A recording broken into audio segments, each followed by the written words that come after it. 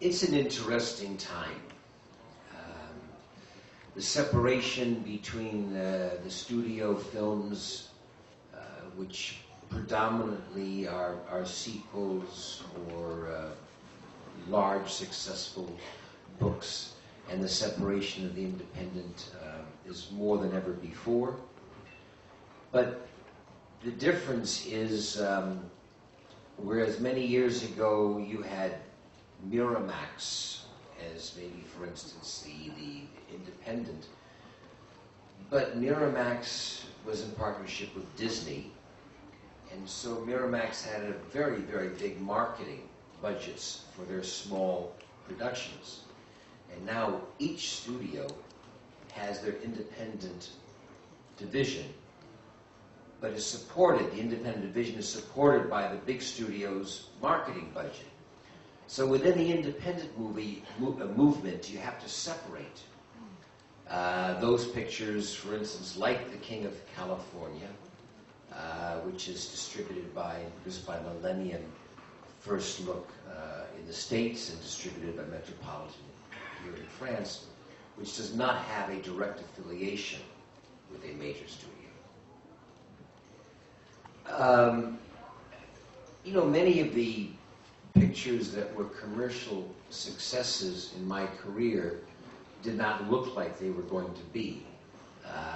They were big chances, be it The War of the Roses, Black Rain, Fatal Attraction, amongst others. These were not pictures that people thought were going to be successful. So I've always made the choices pretty much on the material, and not always on the paycheck. But my priorities have changed dramatically since my marriage to Catherine and starting a new family, and my film career is not my first priority. It's tough to get me out of the house.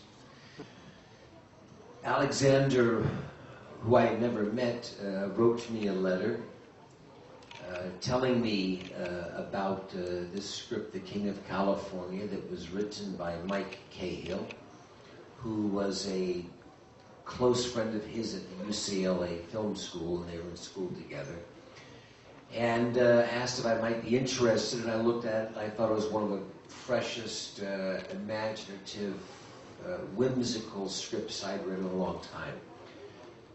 The question was that he was also going to be the director for the first time. And I must say, the process was the same with Michael as it might be with a very experienced director. And you know, I sit down, whether I'm producing or acting, and we go from page one, and we spend 2 to 3 days just picturing how he is going to do the film. Now, it's my secret little trick, because I act very innocent, but I'm actually trying to find out from the director, does he see the whole picture? Not just Mike Cahill, but all of them. Does he see, has he figured out the whole film? And at the same time, you can begin to figure out your rhythm throughout the picture, almost like a music orchestral piece, where the pace is going to pick up, where it's dramatic, where it's funny. And it really helps, because when you have a schedule like we had, I think it was 31 days, 32 days, you don't have time to look in the monitor after every take and think about it. You have to go and trust your instincts, what got you there in the first place. I really enjoyed this movie, and I think it has a lot of wonderful stories to say in the spirit of Don Quixote and the Man of La Mancha. And I learned a lot, because my first time around, my older son, Cameron, who's 28 now, I'm sure, dealt with the realities of a father who was consumed with his career, just like my father was with me. And so there was certainly echoes of that, and watching my daughter Miranda played so brilliantly by Evan Rachel Wood, dealing with all of her pent-up frustrations and hostilities for a father who was not there. But I learned also about the incredible connection between a father and a daughter, and the influence that a father has, like nobody else can, on a daughter, and how it affects the choices that she makes in her life with the men. Having a young little daughter myself now. I think when I won the Oscar for Wall Street as an actor, it was particularly important for me because an Oscar, the nomination is by your fellow actors in the actors branch, and at that point I think I felt like I was out of the shadow, but I never expected the third act. The third act that my father has presented, starting really when he was 70, with his helicopter crash and his stroke, and the other issues and knee surgeries and all of that.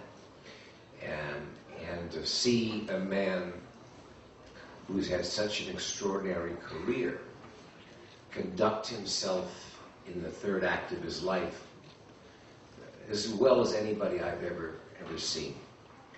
And he was here 30 years ago, receiving this same award. He's going to be 91 in December, and I'm very proud of him. Well, it's true. Everybody speaks about how wonderful an honor is at a film festival, but I have to say that Deauville changed my life. 9 years ago, I was here promoting Perfect Murder, and 2 weeks before I came to the festival, I saw a movie called Zorro, and one of the most incredible screen presences I'd ever seen.